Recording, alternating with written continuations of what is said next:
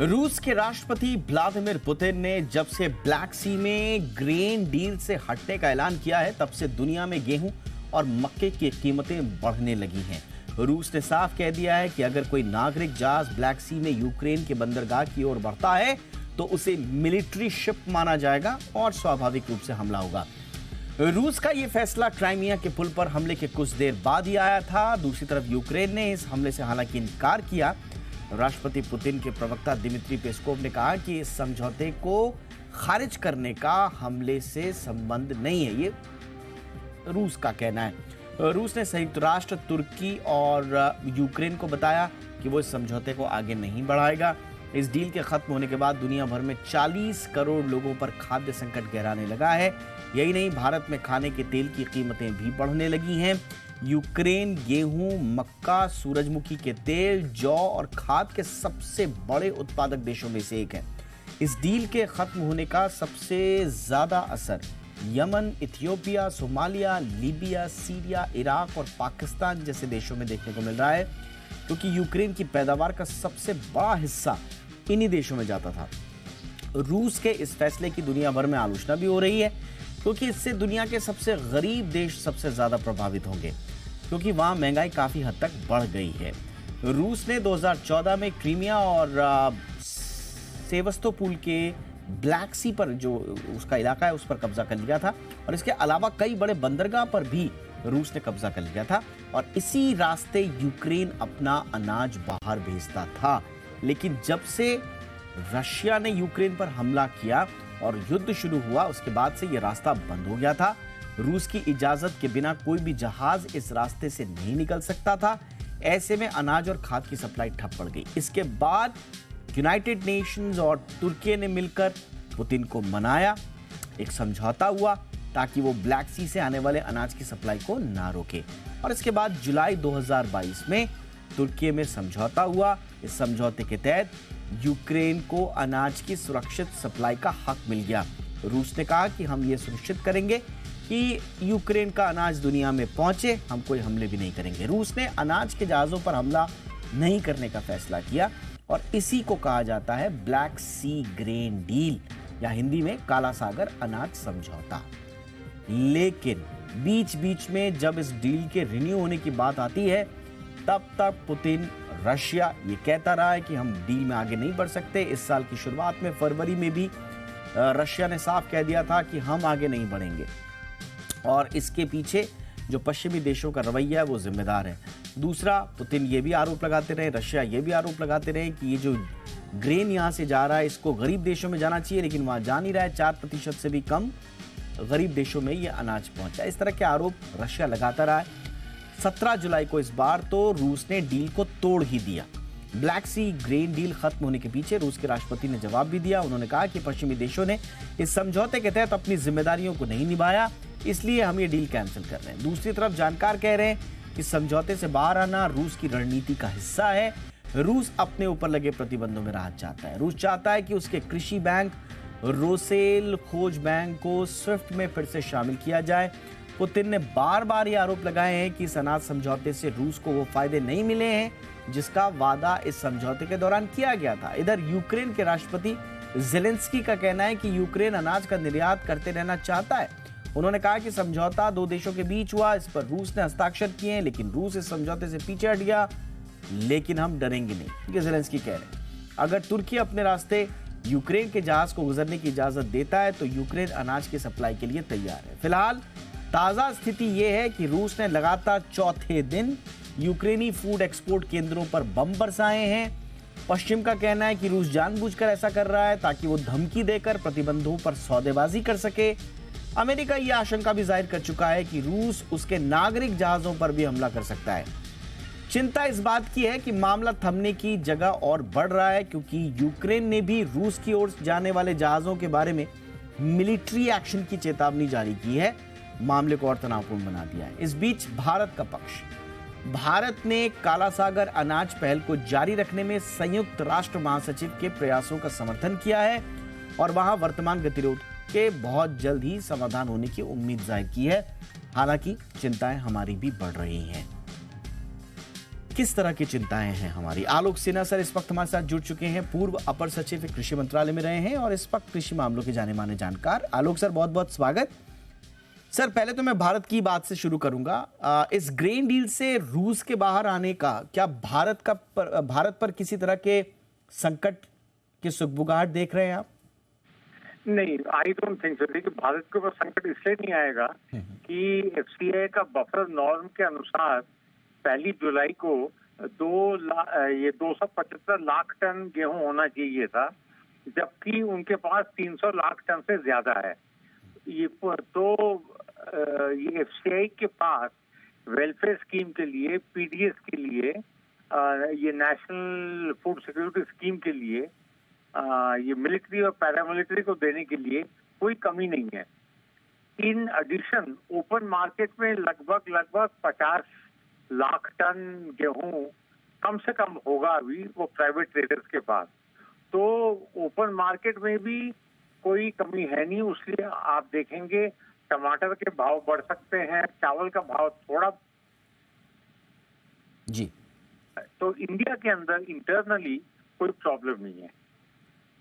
Sir अभी price को जो उसके दामों को बढ़ते हुआ देख, अभी सरकार ने जो नॉन बासमती के एक्सपोर्ट पर बैन की बात कही है, तेल के दामों में हम देख रहे हैं लगातार बढ़ रहे हैं, क्या इसका कोई कनेक्शन इस संकट से है सर? देखिए, चावल का तो इसलिए बढ़ रहा है क्योंकि इस साल मानसून, जब खरीफ की बुआई होनी थी, अब नॉर्थ इंडिया में मानसून का प्रोग्रेस बहुत कम था। मैं आज के दिन उड़ीसा में हूँ, सुंदरगढ़ में, और यहाँ भी लोगों का कहना यही है कि यद्यपि बारिश काफी हो गई है, लेकिन जब बुआई होनी थी तब बारिश नहीं हुई थी। तो यहाँ भी शायद आउटपुट उतना ज्यादा नहीं होगा जितना पिछले 3-4 साल में हुआ था। विच मीन्स कि यदि अगर बुआई का प्रोग्रेस पिकअप नहीं हो तो फिर थोड़ा चावल की कमी नहीं होगी, लेकिन चावल उतना ज्यादा एक्सेसिव क्वांटिटी में ओपन मार्केट में नहीं होगा। उसलिए ट्रेडर्स इस एंटीसिपेशन में शायद थोड़ा बहुत प्राइस बढ़ गया है। लेकिन मुझे लगता है कि 1 महीने बाद जब बुआई के कंप्लीट एस्टिमेट्स मिल जाएंगे और लगेगा कि आजकल जो अच्छा मॉनसून हो रहा है इससे बुआई का मेकअप हो गया होगा, तो इन विच केस चावल के भी कीमत में कोई इंक्रीज नहीं होगा। अगेन बैक टू दिस के ओडिशा में जिस तरह से हमले लगातार पुतिन और रूस कर रहे हैं, आज चौथा दिन है जब बम बरसाए गए हैं। आज भी वहां पर मटर की और वीट की एक बड़ी खेप को तबाह किया गया है। इसी तरह से एक बड़ा शॉर्टेज जो है वो एक्सपेक्ट किया जा रहा है कि खाद के मामले में भी हो सकता है। तो क्या भारत का कोई सीधा कनेक्शंस खाद से रिलेटेड, सूरजमुखी का तेल, जैसे मैंने आप बताया कि तेल की कीमतें हिंदुस्तान में बढ़ी हैं, क्या इसका कोई इम्पैक्ट, कोई आप देख पा रहे हैं आने वाले समय में सर? देखिए, ऐसा है कि यूक्रेन वॉर की वजह से पूरे विश्व भर में तेल की कीमत में इंक्रीज दिखा गया है। तो इंडिया में भी हुआ और तो मैनेजेबल है, लेकिन हुआ जरूर है। जहाँ तक खाद का प्रश्न है, फर्टिलाइजर, यूक्रेन से अगर फर्टिलाइजर ना भी आए तो भी इंडिया में कोई उसके अवेलेबिलिटी की प्रॉब्लम नहीं होगी। गेहूं अगर यूक्रेन से नहीं आए, यूक्रेन से साल में कम 300 लाख टन गेहूं एक्सपोर्ट होता है, वो अगर नहीं होगा तो इंटरनेशनली गेहूं का शॉर्टेज होगा। इन विच केस अगर इंडिया तब अपना पोजीशन देखते हुए जो बचेगा अगर उसको एक्सपोर्ट करे तो हमें तो एक्सपोर्ट में ज्यादा कीमत मिलेगा। तो सिनिकली स्पीकिंग, अगर इंटरनेशनली आटे का थोड़ा भाव बढ़ जाए तो इंडिया में जो एक्सपोर्ट सरप्लस है वो बाहर जाएगा और वो अच्छा प्रॉफिट कमाएगा। लेकिन इंडिया के अंदर गेहूं बहुत है, टिल नेक्स्ट ईयर अभी कोई प्रॉब्लम है नहीं।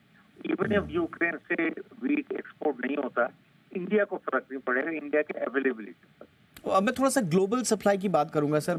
भयानक युद्ध दोनों देशों के बीच में चल रहा है, बुरी तरह का जो एक्यूट लैक ऑफ ट्रस्ट कहा जाता है वो है, लेकिन इसके बावजूद जुलाई तक के आंकड़े बता रहे हैं कि 33 मिलियन टन जो ग्रेन है वो यूक्रेन के पोर्ट से पूरी दुनिया में पहुंचा। अब वो कहां तक पहुंचा, उसमें रशिया क्या कह रहा है कि सही जगह पहुंचा नहीं पहुंचा, मैं उस पर नहीं जा रहा हूं, लेकिन एक बड़ी खेप पहुंची। अब जो पुतिन का रवैया है, ये जो रशिया का रवैया है, ऐसे में जो ग्लोबल फूड चेन सप्लाई पर कितना खतरनाक असर आप देखते हैं सर? देखिए, उसमें देयर इज नो डाउट कि यदि यूक्रेन से अब भविष्य में अगर ग्रेन स्पेशली गेहूं का एक्सपोर्ट अगर बंद हो जाए तो चाइना, इजिप्ट, नॉर्थ अफ्रीका जो उनका वीट खरीदते हैं वहां जरूर ये कीमतें बढ़ेंगी। तो इंटरनेशनली स्पीकिंग वीट प्राइसेस में एक इंक्रीज होगा जरूर, लेकिन इंडिया में नहीं होगा क्योंकि इंडिया में पर्याप्त मात्रा में है, इनफैक्ट सरप्लस भी है। यहाँ तो करीब 30-35 लाख टन अभी सरप्लस में है। वो बाद में एक्सपोर्ट भी इंडिया करती है टू फ्रेंडली कंट्रीज और उससे हमें अच्छा मुनाफा भी मिलेगा। बट सर, क्या इसने एक पुतिन को या रशिया को एक मौका दे दिया है? क्योंकि एक लेथार्जी आ गई थी, पूरी दुनिया में आलोचना भी हो रही थी रशिया की, और साथ ही साथ ये भी कहा जा रहा था कि एक स्वाभाविक रूप से हारा हुआ युद्ध सिर्फ आगे बढ़ा रहा है रशिया। ऐसे में अब ये कहा जा रहा है कि उसने फूड को एक नया वेपन के रूप में इस्तेमाल किया है और अचानक से ऐसा लग रहा है कि अपर हैंड ले लिया है रशिया ने। तो क्या रशिया आपके नजर में इस फूड को एज अ वेपन इस्तेमाल करके आगे संकट को और बढ़ाएगा, या फिर वेस्ट को थोड़ा सा पुतिन के लिए थोड़ा सा विंडो खोलनी पड़ेगी सैंक्शंस के रूप में और दूसरे नेगोशिएशंस के रूप में? देखिए, ये प्रॉब्लम बेसिकली कॉन्फ्लिक्ट है between the West and Russia. इसमें यूक्रेन बीच में फंस गया है, तो इसमें केवल पुतिन या रशिया को ब्लेम देना ठीक नहीं होगा। जहां तक मेरी जानकारी है, और तो मैं जियोपॉलिटिकल एक्सपर्ट नहीं हूँ, जहां तक मेरी जानकारी है पुतिन साहब ने 2 बार सीज फायर ऑफर किया था, लेकिन यूक्रेन ने जिसके भी कहने पे कहा कि हम सीज फायर एक्सेप्ट नहीं करेंगे जब तक रशिया पूरा का पूरा वहां से विड्रॉ न करे। पूरा झगड़ा ये था कि पुतिन को डर लग रहा था कि यूक्रेन नेटो का अंग हो जाएगा, और यही इंप्रेशन वेस्टर्न मीडिया ने भी स्प्रेड किया था। और अब पता चल रहा है कि नेटो हेडक्वार्टर ने तय किया है कि यूक्रेन को मेंबरशिप नहीं देंगे, विच मीन्स कि ये यूक्रेन तो एक मौका था। ये वर्ल्ड वाइड कॉन्फ्लिक्ट है between the West and Russia. इसमें यूक्रेन को नेटो का मेंबरशिप दिलाने के डर से जो रशिया यूक्रेन के अंदर घुस गया, वो डर अब लगता है कि बेसलेस। मतलब अब तो नेटो ने ऑफिशियली कह दिया कि यूक्रेन को हम मेंबरशिप नहीं देंगे, और यूक्रेन के प्रेसिडेंट ज़ेलेंस्की भी अब थोड़े एम्बैरेस्ड हैं। तो आई थिंक पूरे विश्व के लिए बड़ा अच्छा होगा यदि वहाँ सीज फायर हो जाए, जैसे हमारे गवर्नमेंट ने भी कहा है, हमारे पीएम ने भी कहा है। ये युद्ध का युग नहीं है। वहाँ वेस्ट की मॉडर्न म्यूनिशंस और क्लस्टर बॉम्ब्स भी अब पंप कर रही है। आपको तो मालूम है कि क्लस्टर बम तो जिनेवा कन्वेंशन में बैंड है। तो वहाँ कई फोर्सेस हैं जो इस वॉर को मोटिवेट कर रहा है, इंक्रीज कर रहा है। वहाँ सीज फायर की बड़ी आवश्यकता है पूरी दुनिया के लिए, एंड स्पेशली यूक्रेन के लिए। एब्सोल्युटली। अब देखना ये होगा, वाकई में बड़ा दिलचस्प मोड़ पे ये युद्ध आ चुका है। लेकिन जो वेस्ट जो आरोप लगा रहा है पुतिन पे कि अब उन्होंने फूड को एज अ वेपन इस्तेमाल करना शुरू कर दिया है और उसके इम्पैक्ट भी दिख रहे हैं, अचानक से वापस चिंताएं बढ़नी शुरू हो गई हैं। वेस्ट में युद्ध को वापस प्रमुखता से अब जगह मिलने लगी है। अब पूरी दुनिया का ध्यान एक बार फिर से, जैसे हम कह रहे थे कि एक लार्जी का भाव आ गया था, लेकिन वापस से अब इस पर दिलचस्पी लोगों की बढ़ रही है, चिंताओं के साथ साथ दिलचस्पी, लेकिन वो राहत भरी नहीं है, चिंताओं वाली है, क्योंकि खाद्य संकट का सवाल है। 40 करोड़ लोगों के खाद्य संकट को पैदा कर सकता है रशिया का ताज़ा फैसला। तो अब ये आगे निर्णायक मोड़ लेता है युद्ध, या फिर कहीं नेगोशिएशंस होते हैं, सीज फायर होता है, उसकी क्या भूमिका बनेगी, क्या पृष्ठभूमि बनेगी, इस पर हमारी नजर रहेगी। फिलहाल बहुत बहुत शुक्रिया आलोक सिन्हा सर, आपने हमारे दर्शकों के लिए वक्त निकाला। Thank you sir. ये थी हमारी कवर स्टोरी।